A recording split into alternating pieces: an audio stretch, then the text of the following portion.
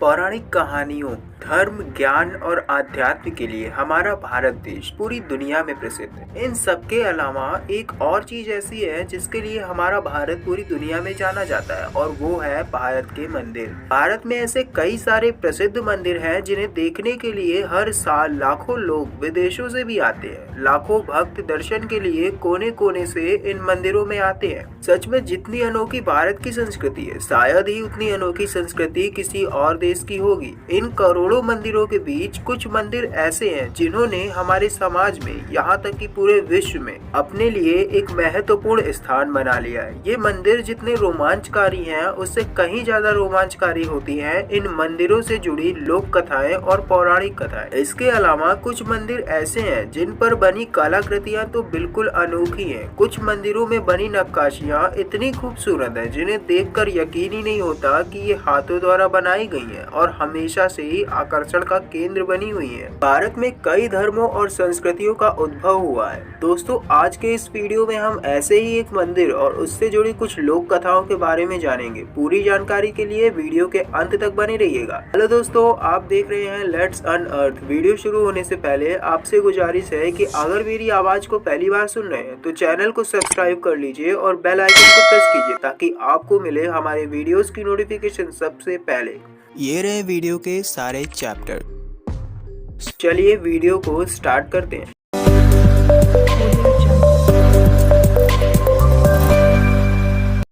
Ananthapura lake temple and its history.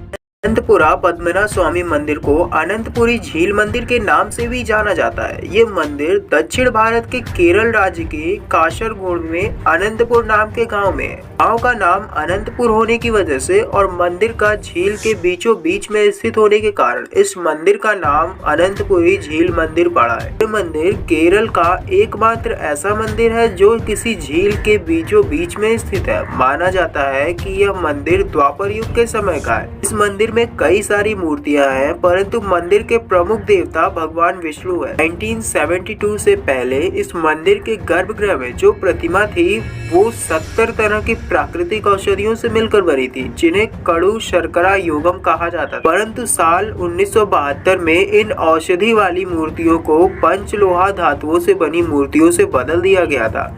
इस मंदिर में जो मंडप है उसकी छत पर लकड़ी से बनी नक्काशी है जिसमें भगवान विष्णु के 10वें अवतार की कहानियों का उल्लेख किया गया है। इसके अलावा इन नक्काशियों में नवग्रहों का चित्र भी बना हुआ है। जिस झील में यह मंदिर है उस झील से होकर एक गुफा जाती है। कहा जाता है कि यह गुफा तिरुवनंतपुरम में स्थित भारत के सबसे अमीर मंदिर श्री पद्मनाभ स्वामी मंदिर से जुड़ी हुई है।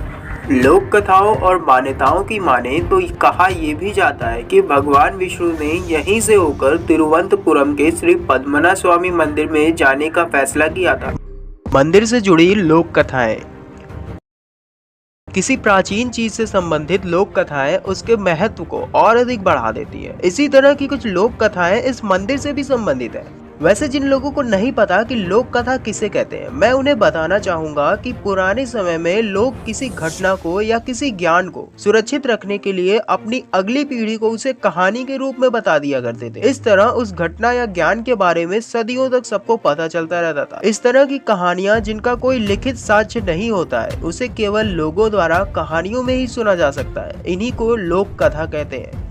ऐसे ही कुछ इस मंदिर के विषय में भी है। इसके विषय में पहली लोक कथा है। कहा जाता है द्वापर युग में विश्वमंगलम नाम के एक मुनि हुआ करते थे जो मंदिर में पूजा और तपस्या करते थे और मंदिर की देखभाल भी करते थे। एक दिन जब मुनि तपस्या कर रहे थे तभी उनके सामने एक बालक आ जाता है। वो बालक उन मुनि के साथ हंसी मजाक और शरारतें करने लगता है। मुनि थोड़ी देर तो उसकी शरारतों को सहन करते हैं, लेकिन जब वो बालक शरारतें बंद नहीं करता है तो मुनि क्रोधित होकर बालक को धक्का दे देते हैं, जिससे वह बालक तालाब में गिर जाता है। वह बालक तालाब में स्थित गुफा के पास जाने लगता है और जाते समय मुनि से कहता है, अगर तुम्हें मुझसे मिलना है तो उसी गुफा में से नाग देवता अनंत के जंगल आनंतगढ़ आना होगा। मुनि उसकी बात पर आश्चर्यचकित हो जाते हैं और उस बालक ने ऐसा क्यों कहा ये जानने के लिए मुनि उसके कहे अनुसार उस स्थान पर पहुँचते हैं जहाँ एक ओर समुद्र और एक ओर जंगल था, जिसके बारे में उस बालक ने बताया था। ऐसा माना जाता है कि वो बालक स्वयं भगवान विष्णु थे और उसी स्थान पर उस बालक ने मुनि को अपना विष्णु स्वरूप दिखाया था। इसके अलावा एक और लोक कथा है। कहा जाता है कि केवल मनुष्य ही नहीं बल्कि पशु पक्षी भी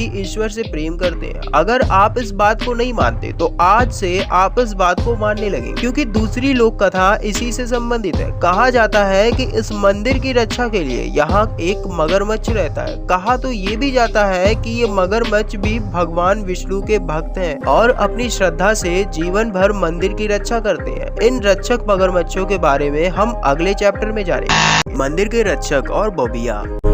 माना जाता है कि जब से अनंत पद्मनाभ स्वामी मंदिर अस्तित्व में आया है, तब से इस मंदिर की रक्षा मगरमच्छ करते हैं। मगरमच्छ पानी में रहने वाला एक मांसाहारी जीव है, जो पानी या जमीन पर रहने वाले जानवरों को अपना शिकार बनाता है। लेकिन यहाँ पर मामला कुछ अलग ही है। अगर मैं आपसे कहूँ शाकाहारी मगरमच्छ, तो शायद आप मेरी बात पर यकीन न करें, लेकिन ये बात बिल्कुल सच है। कहा जाता है यहाँ पर पहरा देने वाले मगरमच्छ रात भर यही झील में रहते हैं और मंदिर की रक्षा करते हैं, और जैसे ही सुबह होती है ये मगरमच्छ झील में स्थित गुफा में चले जाते हैं। मंदिर की रक्षा के लिए एक समय पे केवल एक ही मगरमच्छ होता है। कहा जाता है कि ये मगरमच्छ किसी पर कभी हमला नहीं करता है और केवल मंदिर के पुजारी द्वारा दिया गया प्रसाद ही खाता है। इतने सालों में कभी किसी ने भी इन्हें शिकार करते नहीं देखा। यहाँ पर मगरमच्छ के रहने का सिलसिला कब से शुरू हुआ, इस बात का पता किसी को भी नहीं है। लेकिन कहा जाता है कि साल 1945 में यहाँ की रक्षा करने वाले एक मगरमच्छ को एक अंग्रेजी सैनिक ने गोली मार दी थी। कुछ दिनों तक घायल हालत में रहने के बाद उसकी मौत हो गई।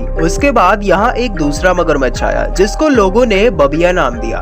बबिया आजकल काफी चर्चा में है। उम्मीद है आपने बबिया का नाम पहले सुन रखा होगा। इसका कारण यह है कि अभी बीते कुछ ही दिनों पहले 9 अक्टूबर को बबिया की मृत्यु हो गई। बबिया की मृत्यु पर सभी लोगों को काफी दुख हुआ। बबिया की उम्र 75 साल थी। बबिया के बारे में कहा जाता है कि यह एक पूरी तरह से शाकाहारी मगरमच्छ था। बबिया भगवान का मगरमच्छ और भगवान का दूत भी कहा जाता था। बबिया मंदिर का प्रसाद खाकर मंदिर की रक्षा करता था। बबिया एक बहुत ही श्रेष्ठ मगरमच्छ था। अब जब उसकी मृत्यु हो गई है तो मंदिर की मान्यता के अनुसार मंदिर की रक्षा के लिए अब एक दूसरा मगरमच्छ आएगा। मंदिर परिसर और हमें भी अगले नए रक्षक मगरमच्छ का इंतजार रहेगा, और हम भी ये दुआ करेंगे कि मंदिर का अगला रक्षक मगरमच्छ जल्द ही आए और मंदिर से जुड़ी मान्यता को कायम रखे। श्री पद्मनाभ स्वामी मंदिर से संबंध। अनंत पद्मनाभ स्वामी मंदिर और श्री पद्मनाभ स्वामी मंदिर दोनों ही मंदिरों में भगवान विष्णु की आराधना होती। मंदिर के झील में स्थित गुफा के बारे में कहा जाता है कि यहीं से भगवान विष्णु तिरुवनंतपुरम के श्री पद्मनाभ स्वामी मंदिर में गए थे।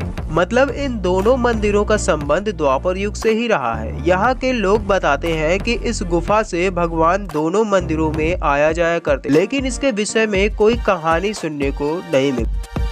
तो दोस्तों आज के इस वीडियो में बस इतना ही। वीडियो को लाइक कीजिए, सब्सक्राइब कीजिए चैनल को और बेल आइकन को प्रेस कीजिए। ज्यादा से ज्यादा लोगों को वीडियो शेयर कीजिए, क्योंकि आपके लाइक और शेयर से ही हमें अगला वीडियो बनाने की मोटिवेशन मिलती है। इसके अलावा अगर आपके चैनल से रिलेटेड कोई भी सुझाव है तो नीचे कमेंट में हमें बताइए। हम मिलेंगे आपसे अगले वीडियो में।